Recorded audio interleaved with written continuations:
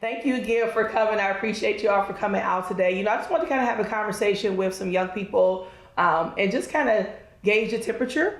Right now, I see a lot of stuff online, see a lot of stuff on the news, talking to people kind of in person. And some people are saying the sky is falling, and some people are saying everything is great. And I want to gauge the temperature with young people.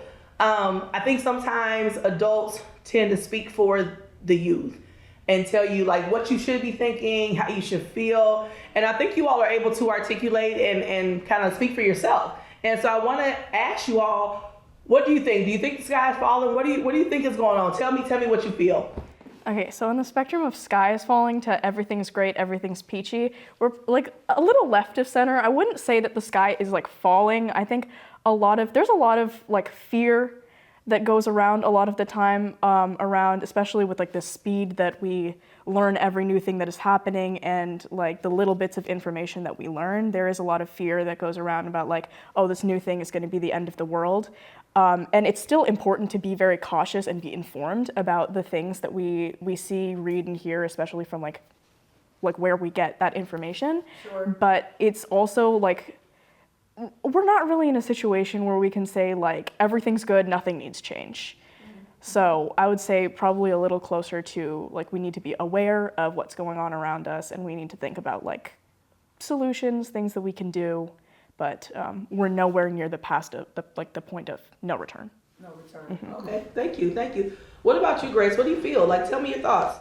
I feel I have a very similar opinion. Sure. But something that I think is kind of frustrating is when people say that everything's fine, everything is peachy, because sometimes things that are going on aren't necessarily affecting them, and they're affecting other people in different ways.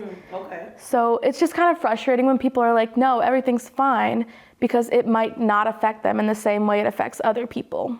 So because it's not impacting them, they're oblivious or don't want to kind of look into or have that empathy for others. Okay. Like it's not really your place to say that everything is fine, because for you, it might not impact you, or it might not impact you now. Eventually, it'll impact everybody. Yeah. But it's just kind of frustrating me when I hear stuff like that. Do you have like an example of what you feel like where something? Yeah. I don't know how controversial we can get. Oh, but you're talking to us.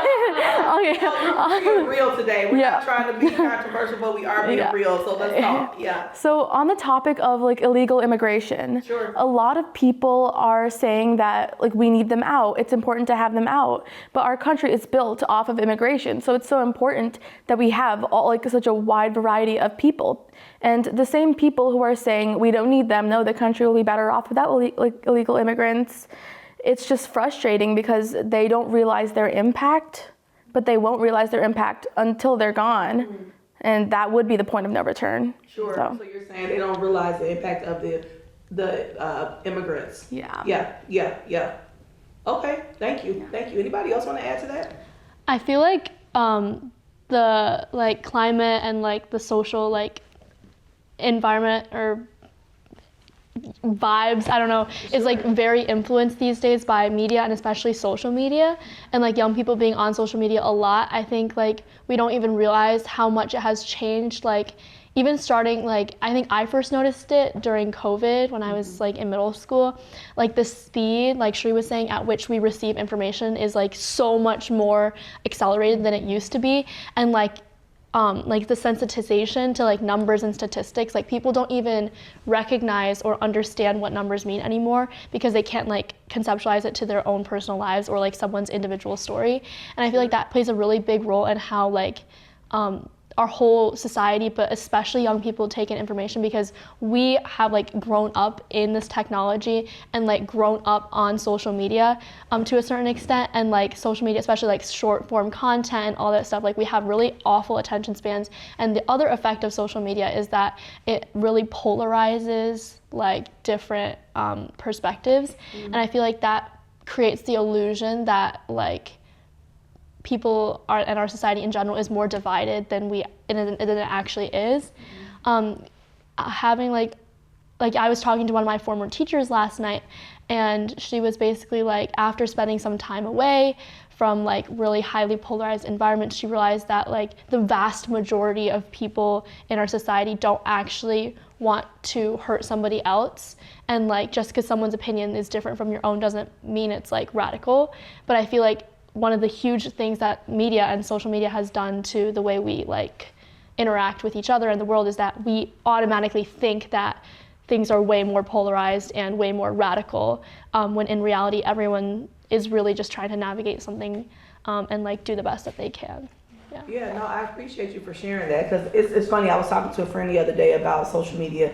I did not grow up with social media, right? I did not grow up with tons of computers in your house and all these electronics.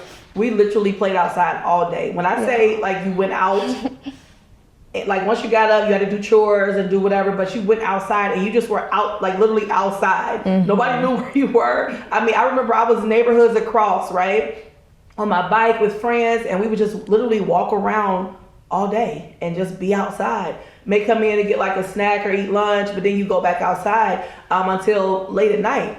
And so I couldn't imagine not having access to, you know, the fresh air and just kind of the community, right? Yeah. And it seems like a lot of people are more centered in their phone and their gadgets, and people have lost, they've lost connection, right? This idea of community in some sense to me at times, right? Yeah. Everybody is so isolated, and they are comparing themselves to things they see on social media, which is, we know is not always real, right? Yeah. It's not authentic. And so I do worry about that. Growing up, I mean, I had ADHD as a child. Like, I literally was diagnosed with it, tried to put me on Ritalin, and then they realized she just kind of is like this. It just is what it is. But there was not a lot of people that were kind of saying that now. I mean, everybody says they have some type of form of attention deficit disorder, right? And this idea that they can't keep track of things or focus in on things. And it's because, I do believe it's because of these reels and all this stuff that we have to get information really quick. We can't even, people don't even like reading books anymore half the time because it's too much. They want the quick. I know I love a good book. And so yeah, I appreciate that, and I agree. Did you want to add anything, Faith? Yeah, so bouncing up on just to cover with the whole like social media thing, I feel like the news, like, at least that most teens get that, like when they don't really involve themselves into like news, they get it from like the majority things that's kind of blowing up. And I feel like with the term like, oh, the sky's falling, I feel like there's so much more going on behind the scenes that we really don't know or paying attention to. Like, we're focusing more on the big things, like, oh, like the new laws or just like anything that's new, compared to like, oh, this small stuff is happening until it actually impacts us. Because in all reality, there are some things that are impacting other people that aren't impacting like us, as like Grace was saying. Yeah. So how do we combat that, right? I mean, how do you get to the nitty gritty of things, right? As opposed to just being kind of polarized by the new, because to me it seems like every day it's this new thing, right? That everybody is just like, okay, pay attention over here, and be mad about this, be angry about this. How do we combat that? Like, how do we get people to really dig into what is kind of a little bit more of that undercurrent, as opposed to the big bang on this side? You know what I mean? It's like, watch what I'm doing over here, don't pay attention to this. Well, there are things that are impacting us in different ways, but some stuff is like, you know, wait a minute, let's look into that a little bit more before we react and respond. What do you all think about that? Like, how do we combat that? Is there a way to do that, or is it just kind of what it is right now? I'm so serious when I say like a big thing that a lot of people can do is read more. And I don't mean just like a bunch of, I don't mean like get a whole new library and you have to critically study a bunch of different subject areas for you to like understand what's going on. But I think a big flaw when it comes to, well, first of all, it's just kind of flawed in general to get all your news off of like TikTok and Instagram and Twitter and stuff like that, because obviously those are apps that run on an algorithm. So you're going to see things that are either specifically tailored to you or just like way on the other opposite side for some reason. And one of the problems that comes with like getting information from short form content that's supposed to be accessible to like a large audience is that you have to like condense these ideas that are often like really much bigger than that and require some background knowledge in like operational structures in the government and like what these things actually mean, you lose a lot of that information. And so the actual message gets a lot, like pretty distorted when you're trying to clip like the ramifications of like a 60-page bill down into like a 15-second video. And so a lot of people, it's not like they just don't even read like the bills or like the actual legislation, because that can get really tedious, like full of jargon at points, but not even like articles or like credible reporters' views on these things. They see like at most a headline somewhere in a video and just take that as fact. And obviously that's not gonna be productive for anyone, because now not only are we running around with like notions we've conceived off of this information, but like we're just running around with incorrect information. So just any attempt we have to engage with somebody else who has a differing opinion, first of all, we have to address the issue that we're working with different information, and then we have to get to the point where we have different opinions. I like that you said that. I like all that you said, but I like that part when you said that we have to acknowledge that we're working with different information. And I think that's the part that sometimes is a flaw in our attempt to connect and have conversation and dialogue with other people, is that we assume that people have been privy to the same information, or have taken the time to get different information, or even understand the information that we believe in, or believe in what we, you know what I mean? We make these assumptions, and then when we find out they don't, we're offended. And it's like, well, I mean, you could be a little offended if you choose to, but you also can acknowledge that we do have different sources, right? Of experience, of culture. And I say that because, I mean, this is a kind of a small example, but I think about in some cultures, it's really frowned upon to speak over the other person, right? It's like disrespectful, it's rude. And then like in some other cultures, that's a sign of like excitement and joy when we're all kind of talking and people are, you don't know who's going to talk next, right? Because everybody's kind of jumping over each other. It's a sign of love and connection. And so cultures are different. And so we do make that assumption. So that's a long way to say all of that, but it's this idea that we do come with different things, and we have to acknowledge that before we even get to the conversation part. So I appreciate you for saying that. You want to add something? Yeah, adding on to that, kind of how she was saying with like different information. So for example, like if someone's in a debate, I feel like whatever side they're on, they're gonna be researching specifically to theirs. So when it comes to that debate, like, oh, they're not really listening to you, they're gonna try to speak their voice to seem as if they're right, and instead of like kind of understanding the other point of view. So that it's more of like a common ground rather than just like, oh no, I'm trying to get over you because I know I'm right and you're wrong. Yeah, because we come in with that sometimes. Yeah. Right? We want to prove that person is wrong and we're right. How do you all? Okay, so you all view things from a different lens, right? I mean, you all are not necessarily paying bills yet, like rent and all that kind of stuff, right? But you are witnessing adults do adult things. What have you all been noticing that you may, I'm not gonna say that we're getting wrong, but that maybe we could improve on or do better at in regards to life, right? I mean, we've noticed people argue, people are fighting, they're debating, it's a lot going on right now, right? Where people are on all these different sides of thought. Do you guys ever sit back as younger people and just kind of witness adults doing adult things and say, hey, maybe we could try this a little bit different? I mean, have you all noticed that? I mean, even like in the political world, right? I mean, so much happening.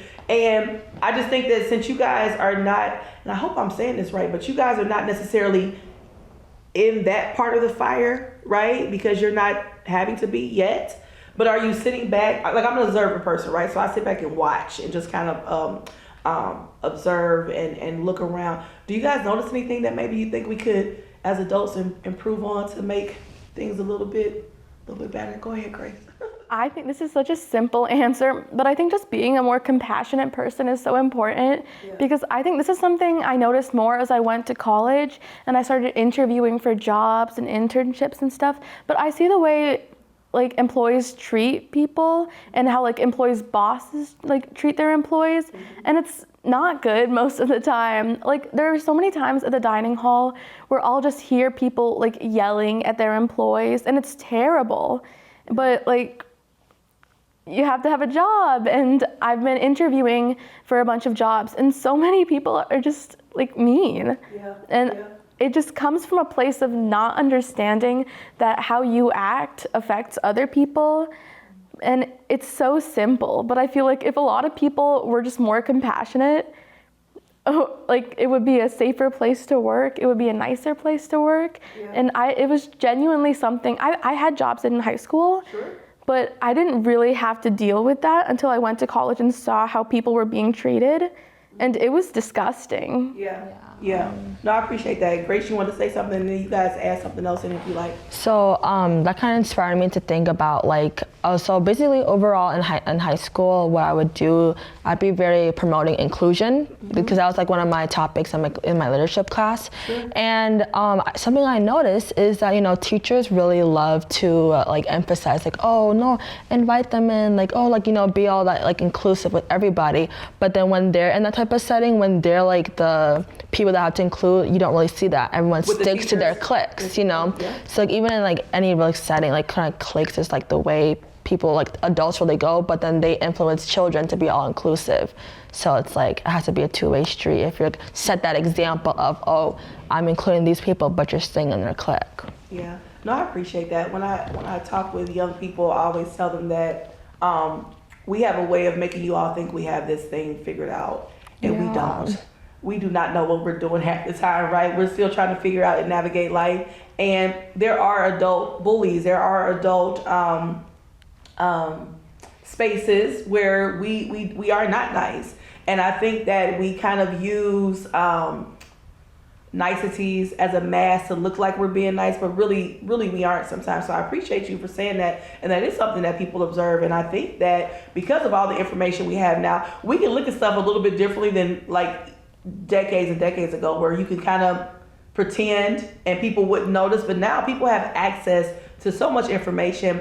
We are exposed to so many things that we can see, okay, this is not authentic over here, right? I hear what you're saying, but I'm also watching what you're doing. So I appreciate that. Did you want to add anything, Jessica? Yeah, so I feel like one of the, like all of you were saying, like a lot that has to do with like the way adults portray themselves, especially to young people, is like like we have everything figured out, like we're in charge of you, like you should be looking out to us and all that stuff. And while there's not anything inherently wrong with that, like because, you know, life experience and positions of authority and power and all that stuff, like it's very like built into our society. But like one, like the adults and the role models like I admire the most in my life are the ones who are like hold themselves accountable for their mistakes and like are willing to like admit that to young people and like to showcase that and highlight, not like brag like, oh, I did this thing super wrong, but like, hey, like I'm human too. We are all like, we're all human. We're all in this together. I feel like being able to like admit your mistakes is like a very difficult thing to do, and also being self-aware that you made a mistake in the first place. Right? But like after doing that, and like that can open up so many insightful and meaningful conversations for like especially young people to learn from. And I feel like that's something that like that behavior, to model that behavior is really important for us, because like that's really the only way we can move forward with like when we're talking about like whatever, like polarization or like not listening to each other or like being more compassionate. Like if you're not willing to first of all be self-aware and not like introspect and reflect a little bit, IB learner profile traits, like think about like, okay, like what have my actions and behavior and words, like what has been the impact of those in the past and how should I move forward, and then be able to admit that out loud. Like those are very simple things that I feel like have a really big impact on like the young people around you. Yeah. So let me ask you all this, because I think some of it you all touched on the idea of kind of being desensitized, essentially. I mean, I think that, and this is just my thoughts because I did not grow up with social media. And so now looking at the way people are, I mean, I remember one time there was a video of an elderly man trying to cross a busy intersection and he got ran over by a car. Like they literally showed this man getting ran over by a car. And instead of people trying to like stop the cars or like alarm people, that they just videotaped it. People pulled their phone out. And that's what people do now. Instead of trying to help, they videotape and it, hopefully being able to get it, some type of viral moment. And this is a person's life. And I remember watching that. First, I was alarmed that it was even something that I was watching because used to didn't see videos like that. They wouldn't show stuff. Nobody would dare show someone's, misfortune like that. And so first I was alarmed by seeing it. And then I was alarmed at the fact that people didn't, inherently, I would be like, oh my, I would be freaking out. Like there's cars. I mean, he was ran over several times. Like it was because it was a busy intersection. So nobody knew. So he was just being ran over. And I just remember thinking wow, where are we at in society, where we are so desensitized to bad things, seriously. So, what do y'all think? 'Cause social media is helping with that, right? Because we see all kind of stuff on social media. Is some of it is sick. And, but how do you think that impacts, especially the younger generation? Because things are just going to we're going to have more technology. It's not going to stop anytime soon. So what do y'all think about that?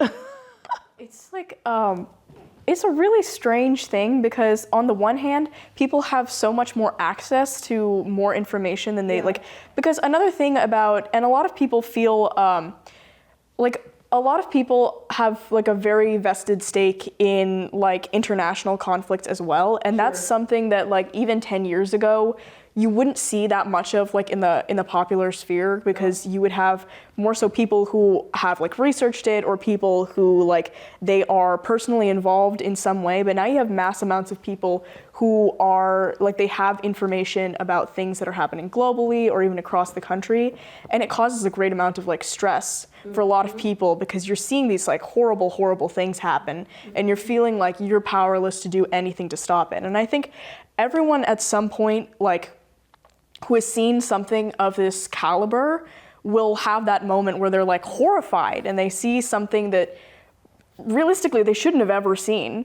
And they're just shocked and horrified that I'm on my phone and I just saw something so awful happen.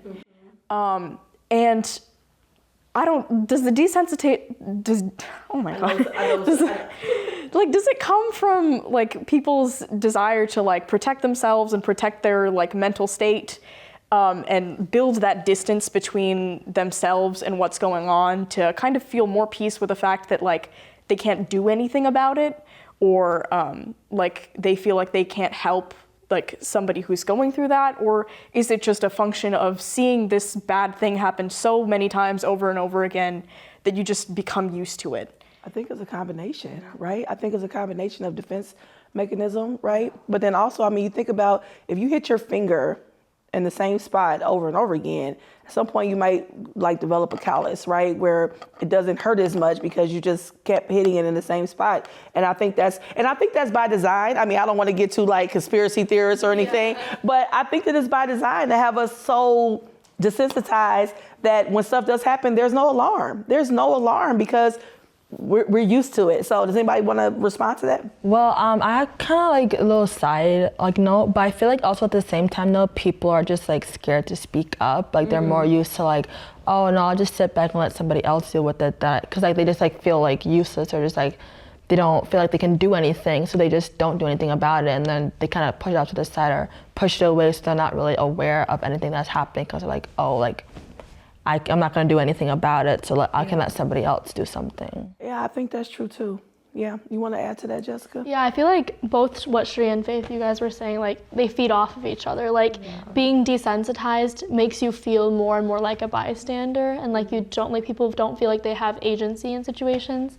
And I know I've seen a lot of people in our generation basically go through entire crises that oh my gosh, all this stuff is happening. I'm getting bombarded with news from so many different sources and all of it is saying that the world's gonna end and it's really off when it really weighs on people because you especially young people, it feels we don't have a vote necessarily.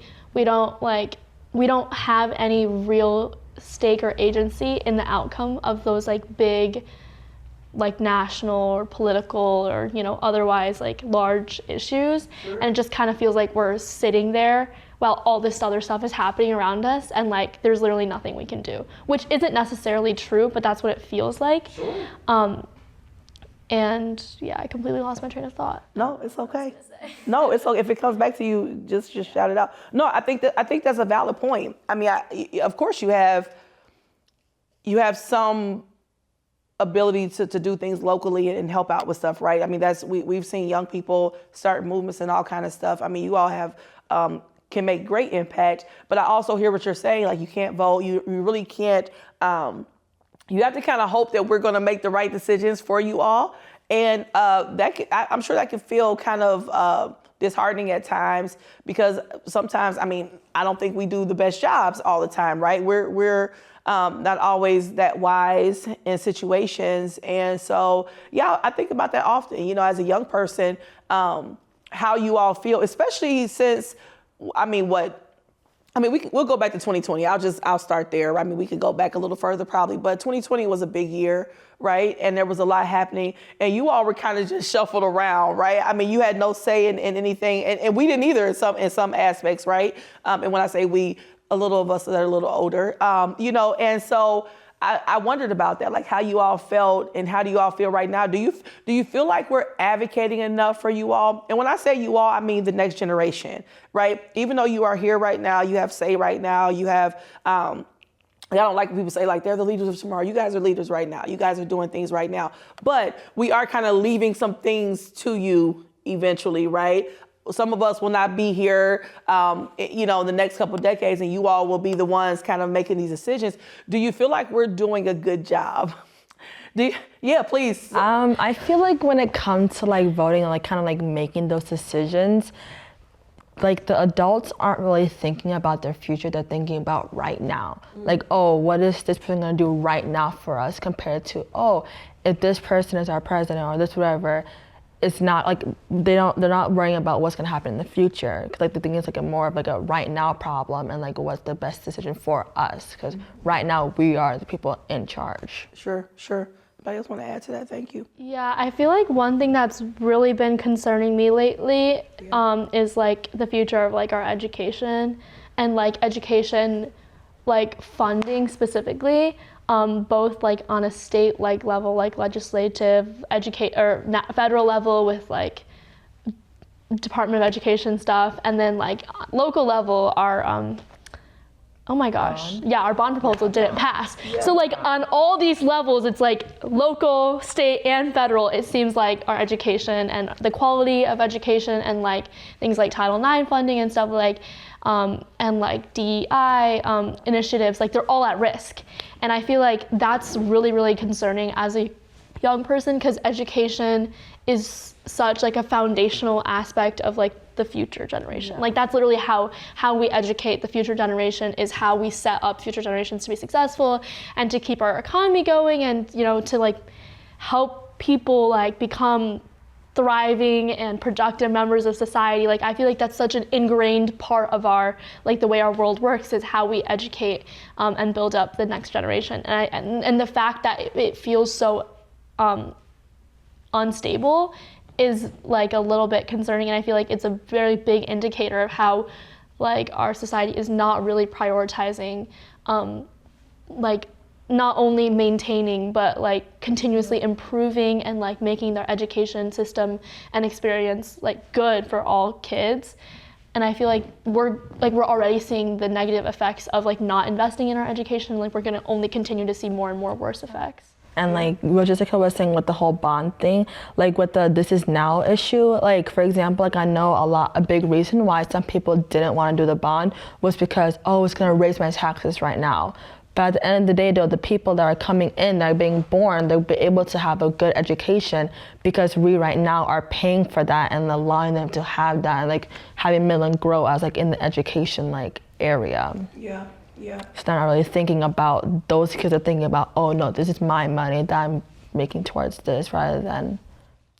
Yeah. And I think that that goes back to sort of what I was talking about earlier about kind of being desensitized to other people's plights, right? Other people's struggles. And it's this idea right now, a lot of people are, what about me, right? People want to know how they're being impacted.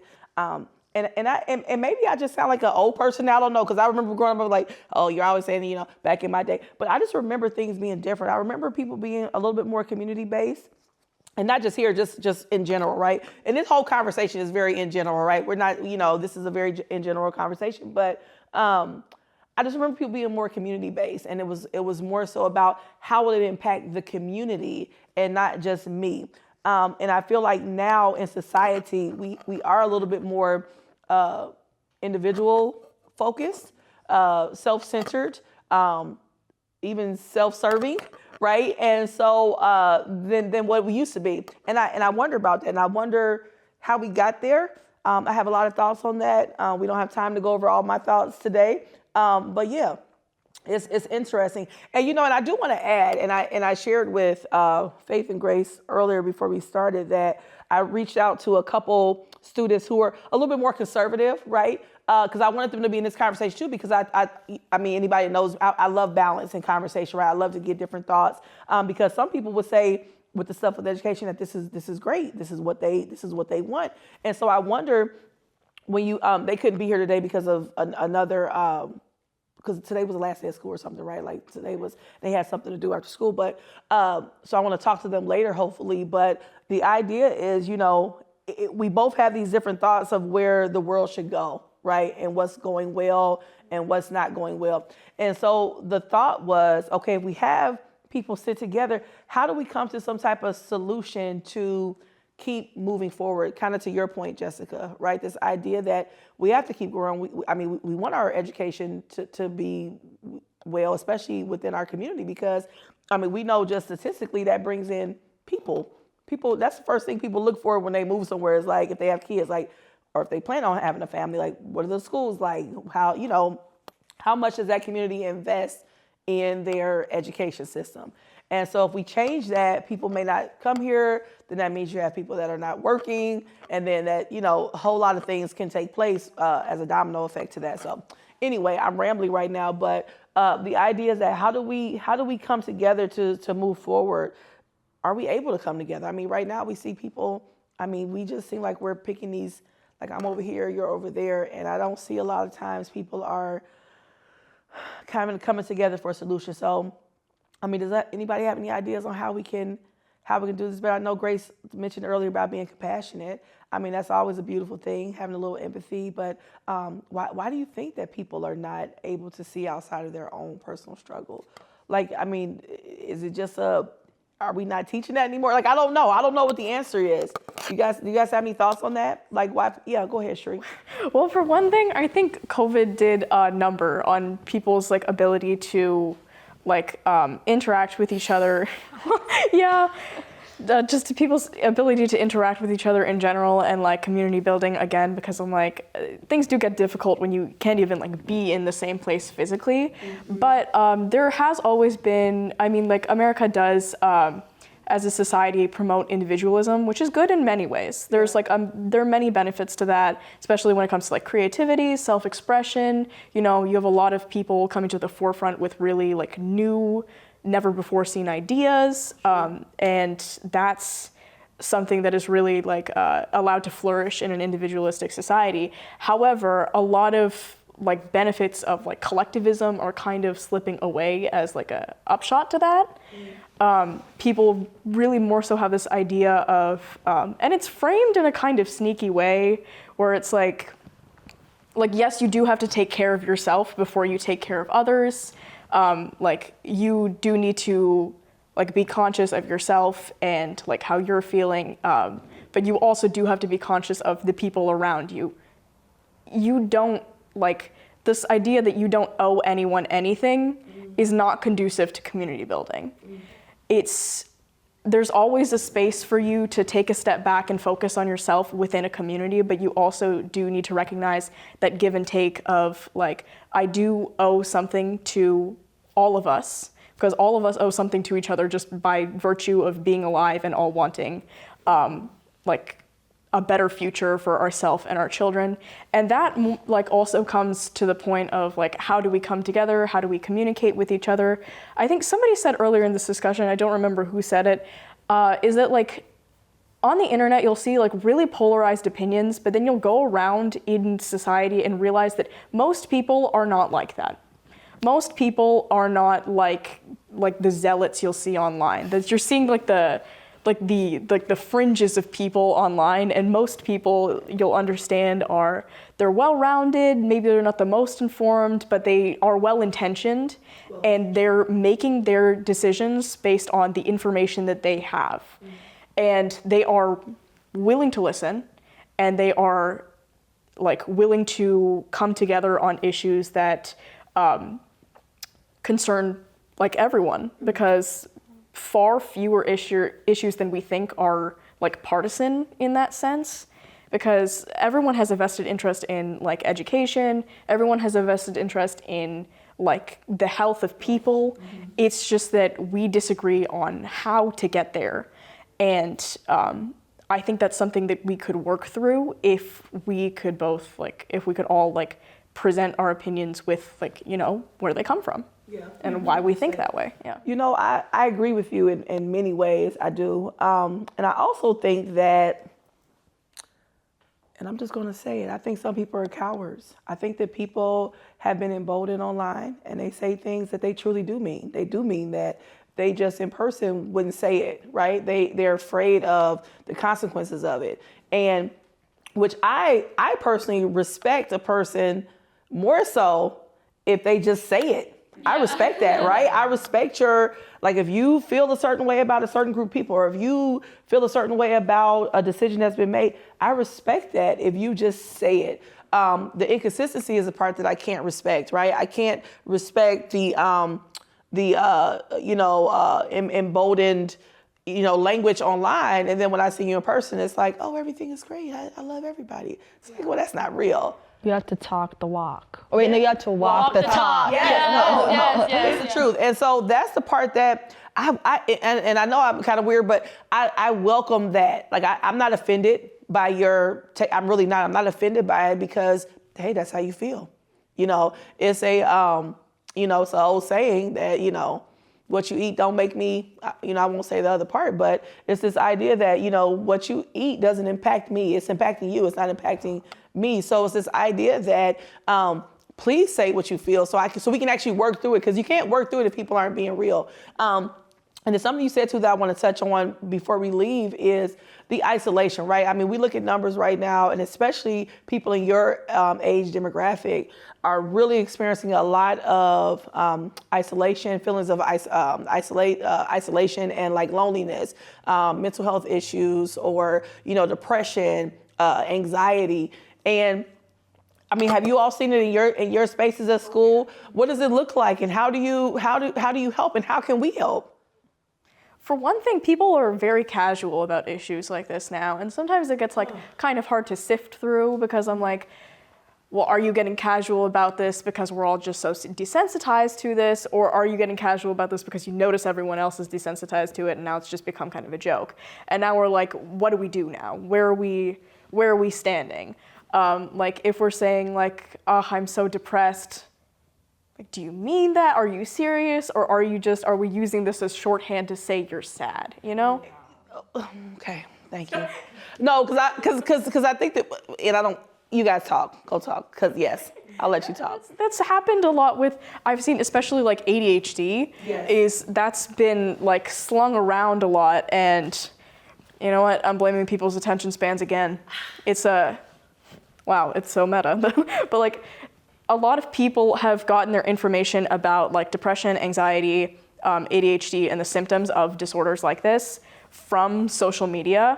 And in some part it comes from, it's in some part it comes from creators who actually have these disorders and they want to share their experience. Sure. But more often than not, they also will disclaim that I'm not a mental health professional, I'm sharing my personal experiences. So if you see something you resonate with, that may not be a sign that you also have this disorder. And everything else. Right. Yeah, right. But often people see things that they resonate with and they take this at to mean that like it's not a diagnosis, and I'm like, you can resonate with parts of that experience, and that's definitely something you can speak on and something you can struggle with, definitely. But it becomes an issue when we just kind of start like slinging it around as though it's just like something we drop into conversations as a reason for like any which way of everything. Yeah, and we know conditions are not a monolith, right? Like just because, yes, I won't go into all that, but yes. And I think that is a part of what's happening sometimes right now. People are kind of self-diagnosing. And I think people, did you want to say something, Grace? I think that people, and this may sound kind of wonky, but I think people want to be a part of stuff and communities so bad that if I say that I feel this way too, then I'm in this group now. Yeah. I'm not an outsider. And that's actually kind of sad to me, right? That people feel the need to give themselves some type of diagnosis to feel like they're a part of something. And I think that's part of it too, where it's this idea that if I kind of subscribe to this, then now I'm in this group. And it's like, the people in the group that are actually in the group don't want to necessarily be in the group, right? I mean, people don't want, this is not like something that people want. It's just something that is sometimes. It's not a club, it's a trade. It's a trade. Yes. Did you want, Yeah, and then I also just feel like let's say like someone thinks like, oh, like let's say I am sad. Like they're scared like, oh, why am I feeling this way? That means there's something wrong with me. So let me give myself a label so that like, I'm covering it up rather than just like, oh, I'm just straight up sad, so not depression, rather than you're just sad and like there could be other things like that. Because some people, like if they do like some that actually have depression and someone says, oh, I have depression, and like maybe they don't, people take offensive to that because it's like, oh, why are you making a joke out of something I actually have when you don't actually really have it? I feel like all they say comparison is a thief of joy, and I think like back to the whole social media thing, like it's like if you like, and then it's like, oh my gosh, like if I don't have a label, then I can't feel that way kind of thing. Like it's like if I don't have depression, I'm not allowed to feel sad, which is not true, but it's like that whole like back to the like, oh, like our perception is our reality, and everyone like on social media is like that or whatever. Even if it and it's just like it's getting to a point where people are like well and truly obsessed with labels, and it's like and not even to do with like mental health like disorders, but also just like labels are a useful tool to people who want to use them, but it is not necessary to label yourself. Like it's not necessary to sort your identity in certain ways. And that's something I've always felt, because I'm like, the chief part of your experience is going to be like you just going out and interacting with other people.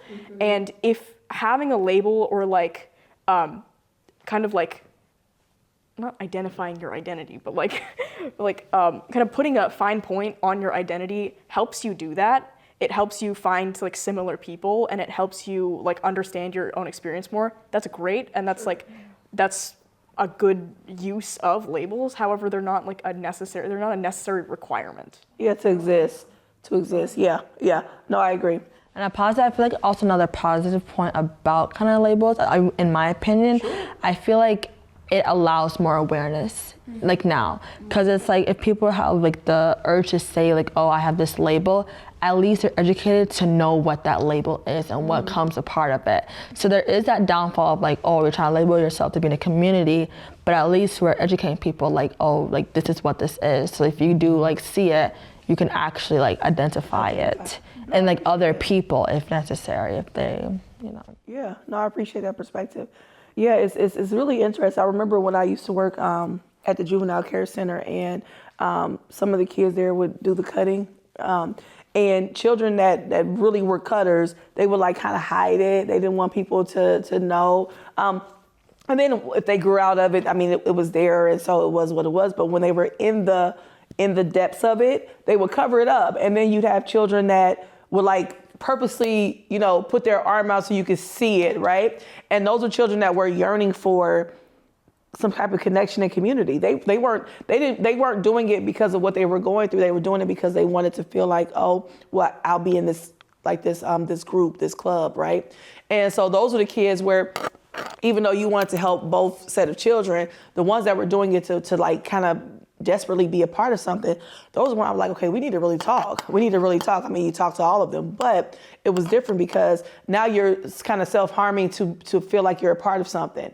And that's something that we need to look into, right? Why are you doing that? And then you had the children that would do it kind of secretly. And those were, of course, alarming, and you work with them too, but there was a difference. And so I'm noticing a lot of times, I mean, adults do it too, where we're so desperate to be a part of something because I think labels. I think we feel like we have to like say we're something instead of just we're existing. Like we're here. We exist. We don't. I mean, you know, I don't have to tell anybody I'm a black woman. I mean, you can see it, right? I mean, if you can't see it, then I can tell you, but that's okay. You know. Yeah, I know, right? So, right, exactly. And so, you know, for me, it's like, you know, I don't know. And I could go down a rabbit hole with that, but I appreciate you all perspective. And as we kind of close up here, what would you all, if you could, you know, as a young person right now, what you're seeing going on in the world, what you've seen so far, I mean, especially in the last couple of years, because the world is changing very fast, right? I mean, you know, because I don't really want robots working around me and doing things, but they're coming, they're here, right? People have them. And it was funny because back like in the 80s, I was scared of stuff like that. I mean, they had movies that show like what happened when robots came and how they I mean, you know, they take over and, you know, and so, but now people are very excited to have them. And I'm still a little skeptical, a little bit like, I don't know if I want, but when I do interact, I say, please and thank you. I try to be nice just in case, right? They know I'm a good human when they do take over. But the idea is what would you all tell yourself, right? If you had someone that, you know, you think about yourself even 5 years ago, right? I mean, you all have probably changed in 5 years, probably a different person than what you were in some aspects, right? You've grown, hopefully, and I'm sure you have. What would you tell somebody that's your age that would, you know, kind of like that 5 year ago person? Because how are you, like 17? 17? 18? Okay. Yeah, so I mean, you know, someone that, you know, is just kind of discovering who they are. They're just starting middle school.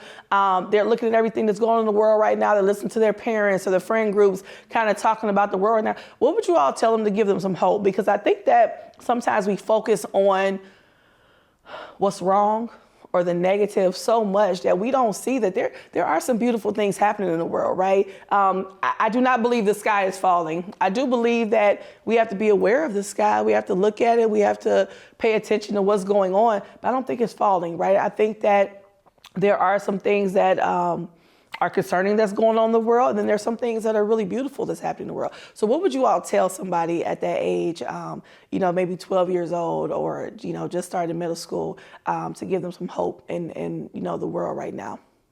Go outside, touch grass, yes.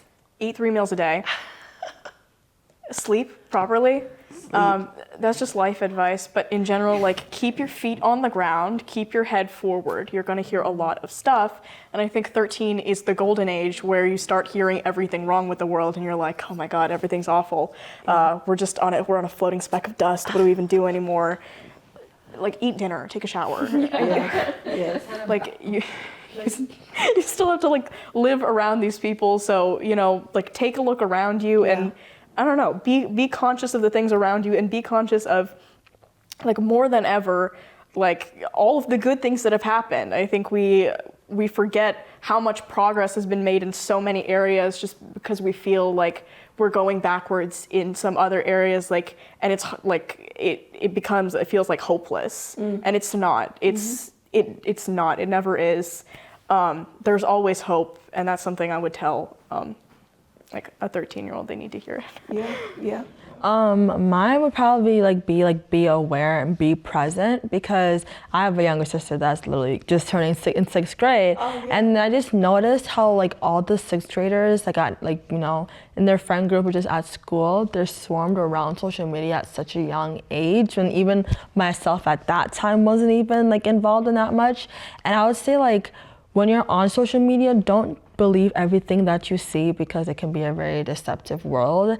And if you actually want to have, like, form an opinion on something rather than just watching a video, like, actually look into it before you start speaking, because you never really know what the actual statistics about it compared to just, oh, this video told me this, that means it's true. Yeah.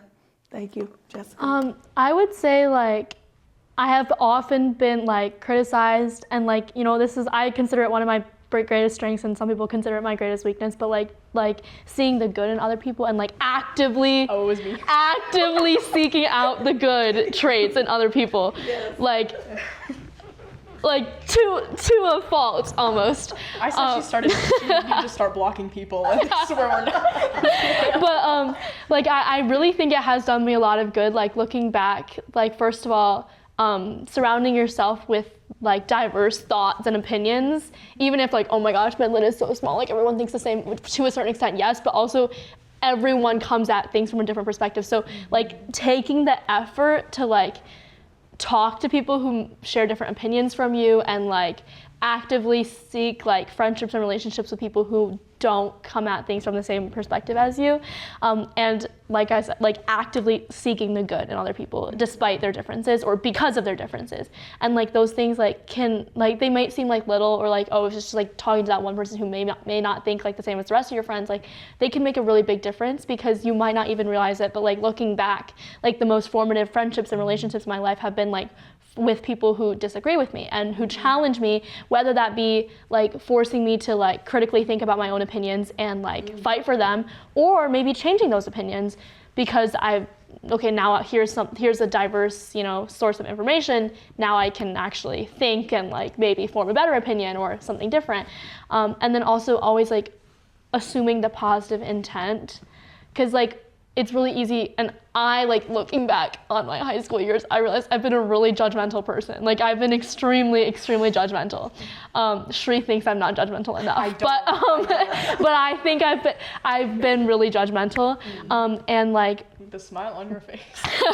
like I like looking back on things, I would tell my younger self to just like, when something happens and something does something that you disagree with or says something that you just don't like rather than immediately jumping to the conclusion that, oh my gosh, they're wrong, they must be an awful person, like assume that we're all just trying to navigate this life, we're all just trying to do our best, we're all just trying to, you know, feel like we're a part of something, you know, feel like we're a part of a community or feel like we're contributing. And like just because like those things may look different or people may be coming at from it differently doesn't mean that it's wrong or it's evil. And so just assuming that those things are positive, because in reality they usually are, can make a huge difference in the way you interpret the world. Yeah. Well, I appreciate you all. I appreciate your heart, your thoughts, your experiences. I will tell you all, as a 44-year-old woman, I will tell you all you guys are about to go to a next chapter. You guys are going off to college to seek joy, right? I mean, the world has its complications, right? I mean, I always tell people, as long as you have two humans in a space, there's going to be friction at times, right? There's going to be complications. That's just us, right? But seek joy. Continue to seek out people who have different experiences than you. Continue to seek out different viewpoints, because the world is so big. And all of us, I mean, even people in the same household could have those same life experiences, but see things so differently. So we don't want to put people into generalizations. Have fun in college, continue to learn and continue to grow. And just, like I said, just seek joy. You know, things can get rough sometimes. And one thing that I've learned is that, you know, emotions come and go. You know, you're sad, you're happy, you're excited, you're frustrated, you're disheartened. But joy is a consistent that you can have. And just seek that and know that, you know, we're doing our best. And we are counting on you all to do your best. And I think that if we all work together in this, we can continue to make change, because change is happening. You know, things, I think if you look back in history, I mean, you know, pendulum kind of swings back and forth at times. We see these different waves in history, throughout history. And we will get through this, whatever this is, right? I never try to like look at these different sides and say, okay, this is the worst, this is the...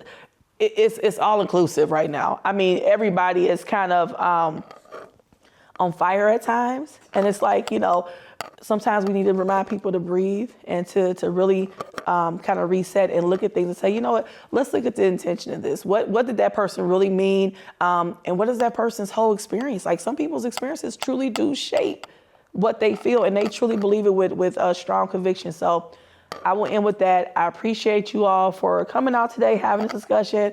I wish you all the best on your next part of this journey. Have fun, laugh a lot. Don't do too much wild things, okay? But learn and just what'd you say, Shree? She said that's for me. Okay. But have fun and seek joy. So I appreciate you guys so much. Thank you so much. Yes, of course. Thank you. Yes.